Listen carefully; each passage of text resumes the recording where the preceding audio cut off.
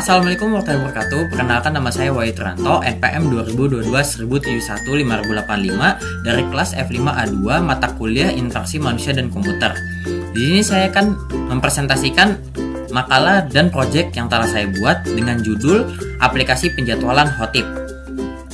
Puji syukur saya panjatkan atas kehadirat Tuhan Yang Maha Esa yang telah melimpahkan nikmat taufik serta hidayahnya, sehingga saya dapat menyelesaikan makalah Interaksi Manusia dan Komputer tepat pada waktunya. Terima kasih juga saya ucapkan kepada guru pembimbing, yaitu Ibu Dian Hartanti, Eskom MMSI, yang selalu memberikan dukungan dan bimbingannya.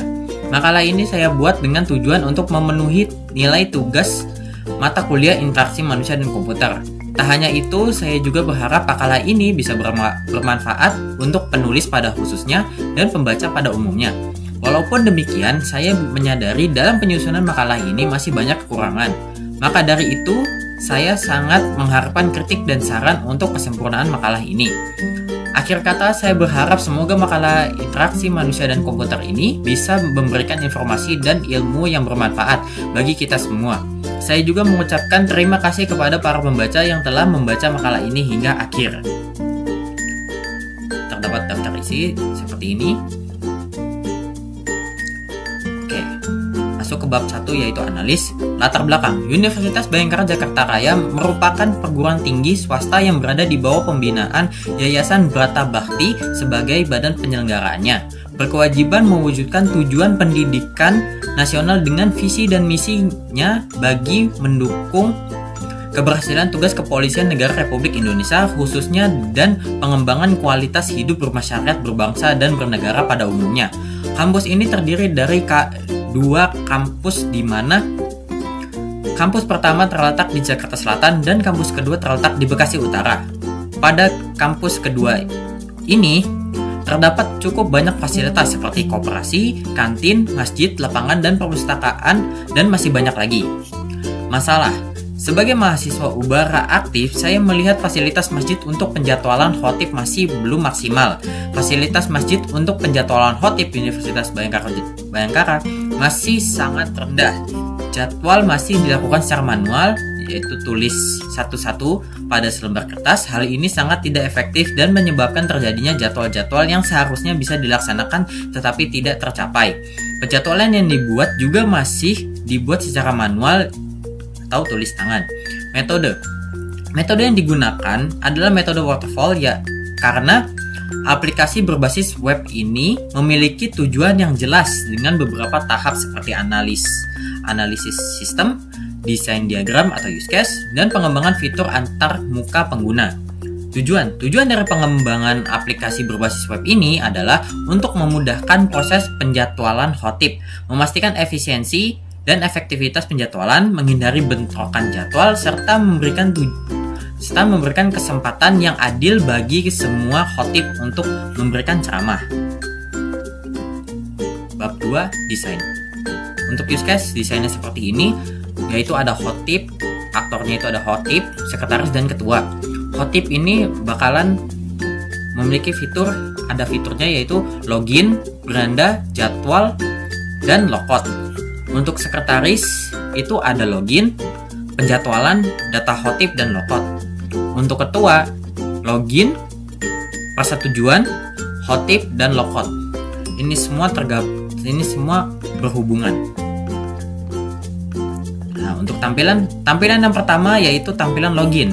Navigasinya itu ada login, username, dan password.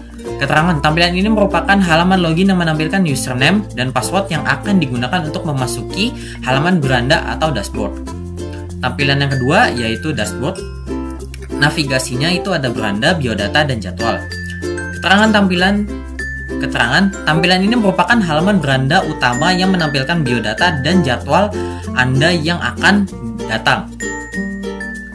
Tampilan yang ketiga yaitu ada jadwal khotib. Navigasinya itu ada jadwal khotib, ID, nama khotib, tanggal, dan materi. Keterangan, tampilan ini menunjukkan jadwal khotib yang berisi ID, nama khotib, tanggal, dan materi yang digunakan untuk mengetahui kapan khotib dapat melakukan khutbah. Tampilan yang keempat yaitu ada data khotib. Navigasinya itu ada data khotib ID, nama, dan kontak info. Keterangan tampilan ini menunjukkan data hotip yang terdiri dari hotip ID, nama, dan kontak info. Ini dapat digunakan untuk mengetahui data-data hotip yang tersedia. Tampilan yang terakhir, yaitu tampilan kelima, adalah penjadwalan. Navigasinya itu ada penjadwalan, ID, tanggal, materi, dan hotip. Keterangan, tampilan ini menunjukkan penjadwalan yang terdiri dari ID, tanggal, materi, dan hotip. Ini dapat digunakan untuk menghapus, mengedit, dan menambahkan jadwal hotip tersebut. Masuk ke bab 3, yaitu testing, pengujian.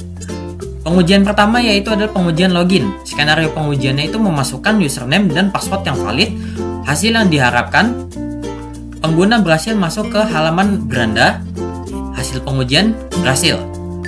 Pengujian yang kedua itu adalah pengujian login gagal. Skenario pengujian memasukkan username atau password yang salah. Hasil yang diharapkan, muncul pesan error, username atau password salah. Hasil pengujian benar.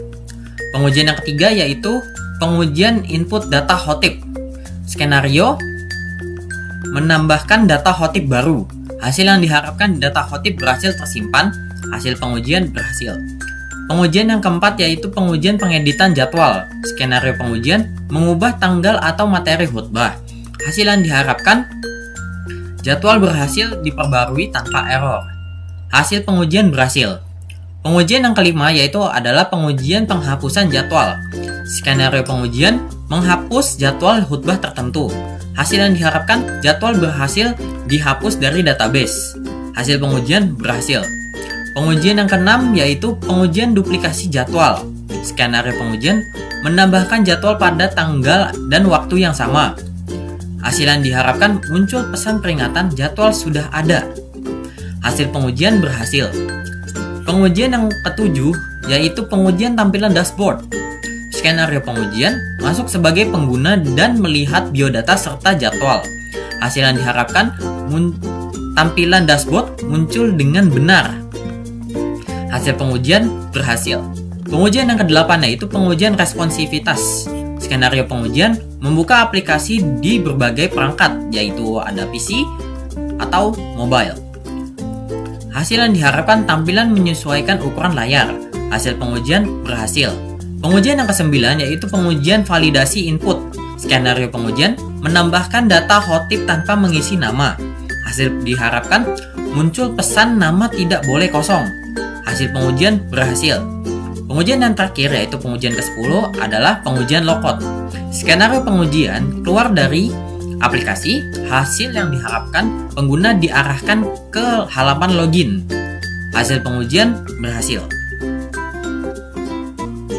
Nah, kita masuk ke bab yang terakhir yaitu penutup. Kesimpulan, makalah ini membahas pentingnya pengembangan aplikasi berbasis web untuk penjadwalan hotip di Universitas Bhayangkara Jakarta Raya. Masalah yang diidentifikasi adalah penjadwalan manual yang kurang efektif, sering menyebabkan bentrokan jadwal dan kurang efisien. Untuk itu, solusi yang diusulkan adalah sistem digital dengan metode waterfall yang melibatkan tahap analisis, desain, dan implementasi. Tujuan dari aplikasi ini adalah untuk meningkatkan efisiensi dan efektivitas penjadwalan, menghindari konflik jadwal, serta memberikan kesempatan yang adil pada semua hotip. Desain sistem meliputi fitur-fitur penting seperti halaman login, dashboard pengguna, jadwal hotip, dan data kontak. Selain itu, aplikasi juga memberikan fleksibilitas dalam menambah, mengedit, dan menghapus jadwal. Dengan implementasi aplikasi ini, diharapkan proses penjadwalan menjadi lebih mudah dan transparan, membantu masjid di kampus dalam mengatur aktivitas dengan lebih terstruktur. Sekian dari presentasi saya, kurang lebihnya mohon maaf, dan mohon maaf juga apabila saya hanya menampilkan interface-nya saja atau tampilan, dikarenakan saya tidak membuat aplikasinya. Saya hanya membuat interface-nya saja atau tampilannya saja. Oke, kurang lebihnya mohon maaf. Billahi taufiq wal hidayah. Wassalamualaikum warahmatullahi wabarakatuh.